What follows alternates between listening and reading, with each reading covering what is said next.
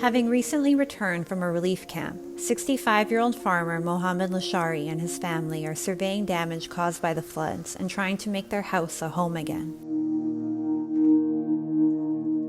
Mohammed's family is among thousands of Pakistani families who return to their villages from various relief camps only to find their homes severely damaged. Money is not easily earned in many parts of Pakistan, and many families had put all of their income and savings into building a home. Now, floodwaters recede, taking with them years of hard work and painstaking effort, and leaving helpless families staring at destruction. परेशानी ये है नाले का चितो मी कणी पे तो असां काॾे वञूं हिननि में रही बि कोन सघंदासीं छितूं बितियूं जॾियूं लॻियूं पयूं हे किरियो पियो आहे हेॾो छे न आयो पियो आहे असांखे इहा परेशानी आहे न काॾे वेंदासीं असां ग़रीब माण्हू. The floods have damaged an incalculable number of homes and destroyed millions of hectares of crops. The disaster has also deepened the country's existing educational crisis, as thousands of school buildings were damaged in the floods. Many educational centers in the flood-affected areas have also been transformed into makeshift emergency shelters to provide fleeing families with temporary accommodation. According to a UN report, the natural disaster has interrupted the education of nearly 3.5 million children in the country. Despite the logistical challenges, there are some NGOs that have come forward to provide education to the traumatized children who have been witness to death and destruction.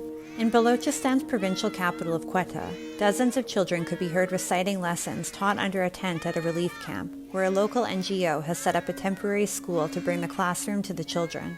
While these NGOs are providing a great service, they are unable to reach all of the 3.5 million children in the country who have lost their access to education. परेशान तो लामाला थे अभी उनका तालीम जा रहा था अभी इधर शुक्र है स्कूल लग गया स्कूल भी पढ़ा रहे कुरान शरीफ भी पढ़ा रहे हम लोग बहुत खुश है इधर तमाम हम लोग को बोला कि अगर इधर हो हम लोग को साल 12 महीने रहे तो बहुत बेहतर है बच्चे हम लोग को जो ना कुरान शरीफ पढ़ेंगे स्कूल तालीम और तो हम लोग गरीब है अभी तो हम लोग को प्राइवेट का तो नहीं है ताकत स्कूलों का इधर शुक्र है. Rail workers were without work and accordingly without any means to live for over a month due to the disruption. Hundreds of laborers are now working to repair railway tracks as the country hopes for a quick resumption of service.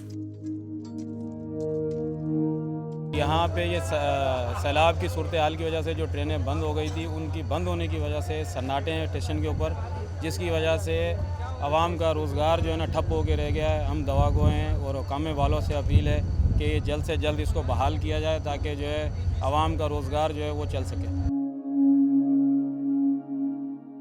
Natural disasters can challenge even the most resilient of people, and in Pakistan, the flooding could not have happened at a worse time. With its economy in crisis and propped up by loans from the International Monetary Fund and dole from China, Pakistan does not have the resources to cope with the aftermath left by the floods. Simultaneously, severe distrust of political leadership among civilians is also hampering relief efforts. With homes, schools, crops, and land destroyed throughout the nation, Pakistan's common citizens remain the most affected and will have to try to build up their lives again from the ground up.